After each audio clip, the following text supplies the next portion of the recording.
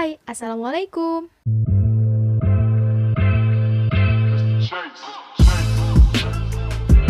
Jadi video ini merupakan video tugas mata kuliah Lembaga Keuangan Syariah Non-Bank. Jadi teman-teman jangan lupa untuk simak videonya sampai akhir ya. Selamat menonton. Di sini kami akan mempresentasikan hasil diskusi kami yang berjudul Literasi Keuangan dari mata kuliah Lembaga Keuangan Syariah Non-Bank dengan dosen pengampu yaitu Ibu Dunyati Ilmiah SEIME. Kami dari kelompok 5 yang beranggotakan 3 orang. Yang pertama saya Halimatus Sadia dengan NIM 192100121. Yang kedua ada Suhaila Zahra Bariah dengan NIM 192100136. Yang ketiga yaitu Winarfi dengan NIM 192100139. Pasti di sini teman-teman udah nggak asing lagi ya sama kata literasi. Nah, buat yang belum tahu, menurut Kamus Besar Bahasa Indonesia, literasi berarti kemampuan menulis dan membaca. Nah, ditambah dengan finansial atau keuangan berarti mengenai urusan keuangan. Jadi, secara keseluruhan, literasi keuangan merupakan suatu individu atau seseorang yang memiliki kemampuan dalam mengelola, menginvestasi, dan mengatur keuangan secara bijak dan sesuai dengan kebutuhan demi keberlangsungan dan kesejahteraan hidupnya. Nah, ini merupakan penjelasan singkat dari saya. Nah, jadi akan dijelaskan secara detail di video ini ya teman-teman. Jadi akan dijelaskan mengenai apa itu definisi dari literasi keuangan, kemudian alasan dibutuhkannya literasi keuangan, dimensi dari literasi keuangan, dan lain sebagainya. Dalam kehidupannya, setiap masyarakat pasti akan selalu terlibat dengan anggaran dan keuangan. Untuk itu, literasi keuangan merupakan sesuatu yang diperlukan oleh setiap orang agar mampu menerapkan skala prioritas dalam mengelola keuangan. Literasi keuangan juga sangat berkaitan dengan kesejahteraan individu. Pelaksanaan edukasi dalam rangka meningkatkan keuangan masyarakat sangat diperlukan karena berdasarkan survei yang dilakukan oleh Otoritas Jasa Keuangan bahwa tingkat literasi keuangan penduduk Indonesia dibagi menjadi 4 bagian. Yang pertama ada well literate sebesar 21,84%. Well literate merupakan orang yang memiliki pengetahuan dan keyakinan tentang lembaga jasa keuangan serta produk dari jasa keuangan. Nah, jadi orang dalam well literate ini paham betul akan fitur, manfaat, risiko, hak dan kewajiban terkait produk dan jasa keuangan. Nah, mereka juga mempunyai kemampuan yang baik dalam memanfaatkan produk serta jasa keuangan. Yang kedua yaitu sufficient literate sebesar 75,69%. Nah, sufficient literate ini di bawahnya well literate ya teman-teman. Jadi, sufficient literate merupakan orang yang memiliki pengetahuan dan keyakinan tentang lembaga jasa keuangan serta produk dan jasa keuangan. Nah, dalam tingkatan ini, seseorang mempunyai pengetahuan dan juga keyakinan terkait lembaga jasa keuangan dan produk dari jasa keuangan. Selain itu, orang tersebut juga sudah mengenal fitur, manfaat, risiko, dan lain sebagainya. Pada tingkatan ketiga, ada less literate yaitu 2,06%. Jadi less literate di sini hanya memiliki pengetahuan tentang lembaga jasa keuangan dan produk dari jasa keuangan. Jadi mereka yang berada pada tingkatan ini memiliki pengetahuan terkait lembaga jasa keuangan dan produk serta jasa keuangan saja, tidak lebih. Yang terakhir yaitu not literate yaitu 0,41%. Jadi, not literate di sini tidak memiliki pengetahuan dan keyakinan terhadap lembaga jasa keuangan serta produk dari jasa keuangan, serta mereka juga tidak memiliki keterampilan dalam menggunakan produk dan jasa keuangan. Jadi, berdasarkan hasil survei yang dilakukan oleh Otoritas Jasa Keuangan tersebut, maka bisa disimpulkan bahwa pengetahuan masyarakat Indonesia sudah dinilai cukup untuk menggunakan fitur, risiko, dan lain sebagainya. Tetapi, seperempat masyarakat Indonesia masih belum mempunyai keterampilan dalam menggunakan produk dari jasa keuangan. Jadi, berdasarkan data tersebut juga bisa dipastikan bahwa masyarakat Indonesia masih memerlukan edukasi yang cukup terkait hal tersebut. Baik teman-teman, kita langsung masuk ke pembahasan dari materi ini ya. Pembahasan yang pertama yaitu mengenai definisi dari literasi keuangan. Jadi, menurut Otoritas Jasa Keuangan, literasi keuangan merupakan pengetahuan, keterampilan, dan keyakinan yang mempengaruhi sikap dan perilaku untuk meningkatkan kualitas pengambilan keputusan dalam mengelola keuangan dan dalam rangka mencapai kesejahteraan. Nah, selain itu, menurut Organization for Economic Cooperation and Development atau OECD, tahun 2016 mendefinisikan literasi keuangan sebagai pengetahuan dan pemahaman atas konsep dan risiko keuangan, seperti keterampilan, motivasi, serta keyakinan untuk menerapkan pengetahuan dan pemahaman yang dimilikinya tersebut dalam rangka membuat keputusan keuangan yang efektif, kemudian meningkatkan kesejahteraan keuangan individu dan masyarakat, serta berpartisipasi dalam bidang ekonomi. Jadi, banyak sekali definisi yang menjelaskan mengenai literasi keuangan yang ditulis oleh berbagai pihak, baik itu perorangan maupun institusi. Namun demikian, secara keseluruhan, pengertian literasi keuangan merupakan suatu rangkaian proses atau kegiatan untuk meningkatkan pengetahuan, keterampilan, dan keyakinan konsumen maupun masyarakat agar mereka mampu mengelola keuangan pribadinya dengan lebih baik. Nah, dengan definisi seperti ini, masyarakat diberikan bekal edukasi yang memadai dan mencukupi untuk mengambil keputusan keuangan dengan lebih baik, sesuai dengan apa yang mereka butuhkan dan memberikan manfaat yang lebih besar. Pembahasan selanjutnya yaitu alasan dibutuhkannya literasi keuangan. Ini merupakan berbagai alasan ya teman-teman. Yang pertama yaitu literasi keuangan yang baik sangat diperlukan untuk mendukung berbagai fungsi ekonomi. Jadi, semakin banyak masyarakat yang sadar terkait produk dari jasa keuangan, maka akan semakin meningkat pula transaksi keuangan yang ada, dan akhirnya akan mampu meningkatkan pergerakan roda perekonomian. Selain itu, literasi keuangan juga memiliki dampak yang sangat besar bagi perekonomian. Hal ini dikarenakan adanya peningkatan jumlah penduduk yang sadar akan produk dan jasa keuangan yang selanjutnya disertai dengan peningkatan pemanfaatan produk dan jasa keuangan sehingga mampu menggerakkan roda perekonomian menjadi lebih cepat. Nah, salah satu artikel yang pernah ditulis oleh Udon Kwak tahun 2010 menyatakan bahwa dalam kelangsungan pertumbuhan ekonomi sangat dibutuhkan tingkat literasi keuangan yang tinggi karena tingkat jumlah penggunaan produk dan jasa keuangan yang tinggi akan mampu menstimulasi permintaan pada produk dan jasa keuangan secara berkelanjutan. Pendapat yang hampir sama pun diperkuat oleh hasil penelitian yang sempat dilakukan oleh Mukalengen di tahun 2013 bahwa literasi keuangan merupakan salah satu kunci utama dari perkembangan ekonomi dalam suatu negara. Itu artinya masyarakat memerlukan tingkat literasi keuangan yang baik agar mereka mampu mengelola keuangannya secara lebih baik, kemudian mampu meningkatkan pendapatannya agar tidak dihabiskan secara mudah pada berbagai hal yang sifatnya konsumtif, tapi digunakan untuk investasi yang nilainya lebih produktif. Oke, selanjutnya saya akan menjelaskan dimensi literasi keuangan. Finansial literasi mencangkup beberapa dimensi keuangan yang harus dikuasai. Chen dan Volp menyebutkan beberapa dimensi finansial literasi yang meliputi pengetahuan umum keuangan, tabungan, pinjaman, asuransi, dan investasi. Yang pertama, ada pengetahuan umum tentang keuangan. Pengetahuan tentang keuangan mencangkup pengetahuan keuangan pribadi, yakni bagaimana mengatur pendapatan dan pengeluaran, serta memahami konsep dasar keuangan. Konsep dasar keuangan tersebut mencangkup perhitungan tingkat bunga sederhana, bunga majemuk, pengaruh inflasi, nilai waktu uang, dan likuiditas suatu aset. Yang kedua, ada tabungan dan pinjaman. Simpanan dan pinjaman atau saving and borrowing merupakan produk perbankan yang lebih dikenal sebagai tabungan dan kredit.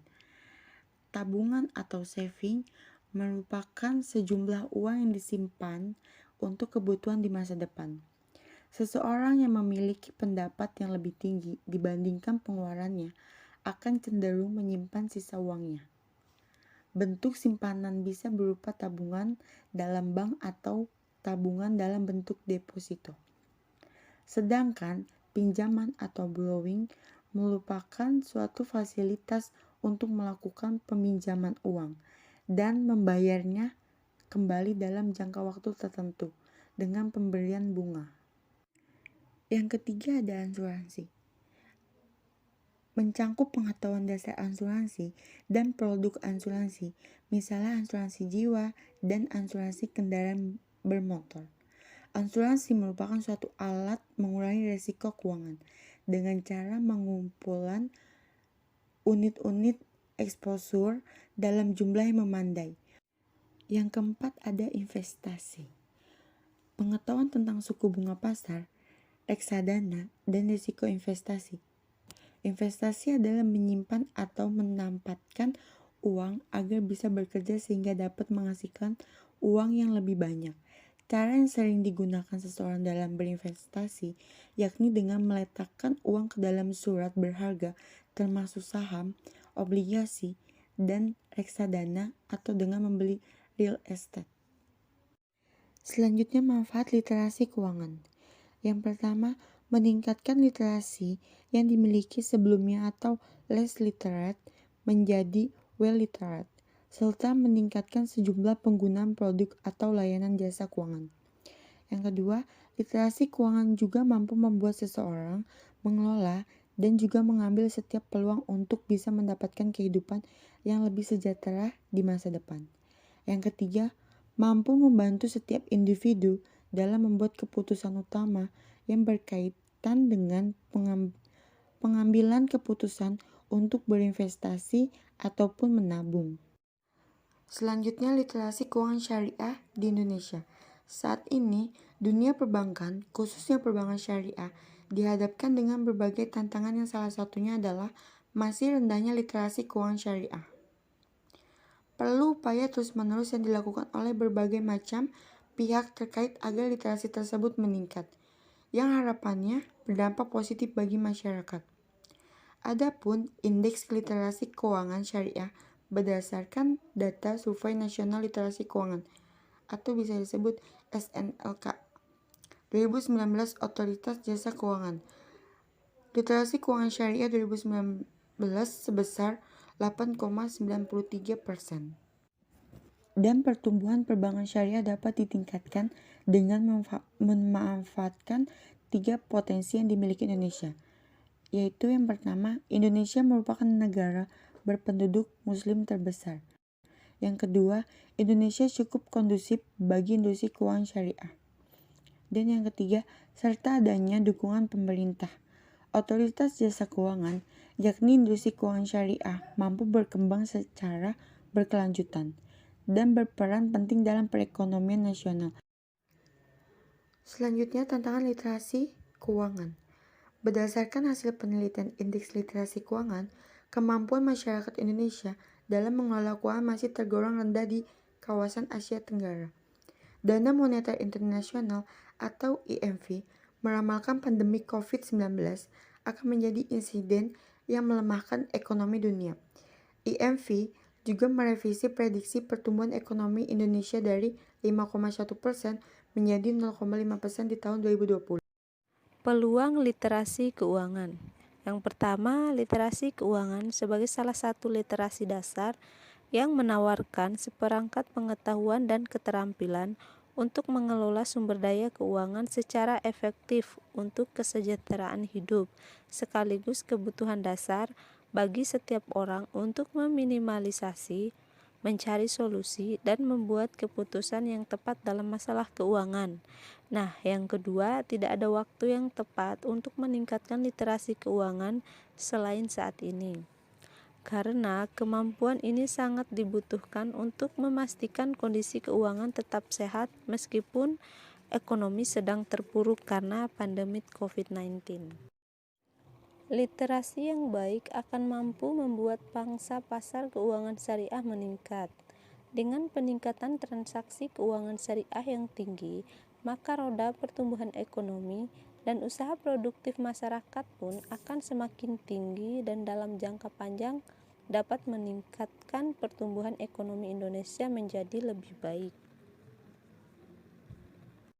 Meningkatkan literasi keuangan. Terdapat 5 poin dalam meningkatkan literasi keuangan, yaitu yang pertama, identifikasi peluang. Terdapat banyak sekali sumber daya gratis yang bisa kita manfaatkan, misalnya online course di indeks orang. Banyak juga institusi pendidikan, badan pemerintah, dan perusahaan teknologi yang menyelenggarakan webinar atau seminar melalui internet yang tidak dipungut biaya.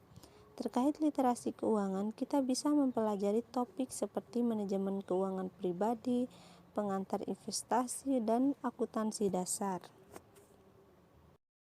Poin kedua adalah pengalaman yang berharga. Kita menghadapi ketidakpastian yang luar biasa di tengah pandemi ini. Teori precautionary savings atau tabungan berjaga-jaga menyatakan bahwa dalam menghadapi kondisi yang tidak pasti, setiap orang akan lebih berhati-hati dalam mengeluarkan uang dan lebih banyak menabung. Peningkatan tabungan ini sangat wajar karena untuk berjaga-jaga. Oleh karena itu, jika belum memiliki perencanaan finansial, maka sekarang ialah saat menyusunnya. Poin ketiga, mulai investasi dari sekarang. Nah, sekarang menjadi kesempatan untuk investor lokal menyuntikkan uangnya ke dalam bursa yang mayoritas dananya bersumber dari pihak asing. Mengurangi ketergantungan kita terhadap dana asing bisa mewujudkan pasar modal yang lebih stabil dan tidak terlalu rentan. Masih banyak lagi produk keuangan lainnya selain saham untuk diminati, seperti peer-to-peer lending, di mana Anda dapat meminjamkan uang ke individu atau bisnis melalui sebuah perusahaan teknologi. Nah, poin keempat, bangun karakter Anda. Percuma jika hanya memiliki wawasan dan pemikiran keuangan yang baik, jika tidak diikuti dengan tindakan nyata. Menyusun rencana keuangan adalah mudah, yang sulit ialah menjalankannya. Oleh karena itu, kita harus menanamkan nilai disiplin dan berlatih mengendalikan diri sebaik mungkin. Semua ini adalah bagian dari prinsip pembelajaran sepanjang hidup atau lifelong learning. Poin terakhir adalah beri sumbangan. Dalam menghadapi krisis yang mendunia ini, kita tidak boleh lupa untuk mewujudkan nilai kepedulian terhadap sesama. Layaknya ekonomi, kehidupan juga memiliki siklus seperti roda yang terus berputar. Motivasi kapitalisme dan meningkatkan literasi keuangan juga harus diseimbangi dengan nilai-nilai sosialisme. Berbagi dengan yang membutuhkan. Sadari bahwa kita sebagai manusia menghadapi pandemi ini bersama, dan yang paling terdampak dari pandemi ini adalah golongan menengah ke bawah. Jadi dapat kita simpulkan bahwa literasi keuangan adalah suatu rangkaian proses atau kegiatan untuk meningkatkan pengetahuan atau knowledge, keterampilan atau skill, dan keyakinan atau konfidensi konsumen maupun masyarakat, agar mereka mampu mengelola keuangan pribadi dengan lebih baik. Dengan definisi seperti ini, masyarakat diberikan bekal edukasi yang memadai dan mencukupi untuk mengambil keputusan keuangan dengan lebih baik, sesuai dengan apa yang mereka butuhkan dan memberikan manfaat yang lebih besar. Literasi keuangan yang baik sangat diperlukan untuk mendukung berbagai fungsi ekonomi. Selain itu, literasi keuangan juga memiliki dampak yang sangat besar pada perekonomian. Dimensi finansial literasi yang meliputi pengetahuan umum keuangan, tabungan dan pinjaman, asuransi, serta investasi. Mungkin itu saja yang dapat kami sampaikan. Kurang dan lebihnya kami mohon maaf ya teman-teman apabila ada kesalahan dari penyampaian kami maupun ada materi yang kurang, kami mohon maaf. Semoga bermanfaat dan semangat terus dalam belajar ya. Terima kasih. Wassalamualaikum warahmatullahi wabarakatuh.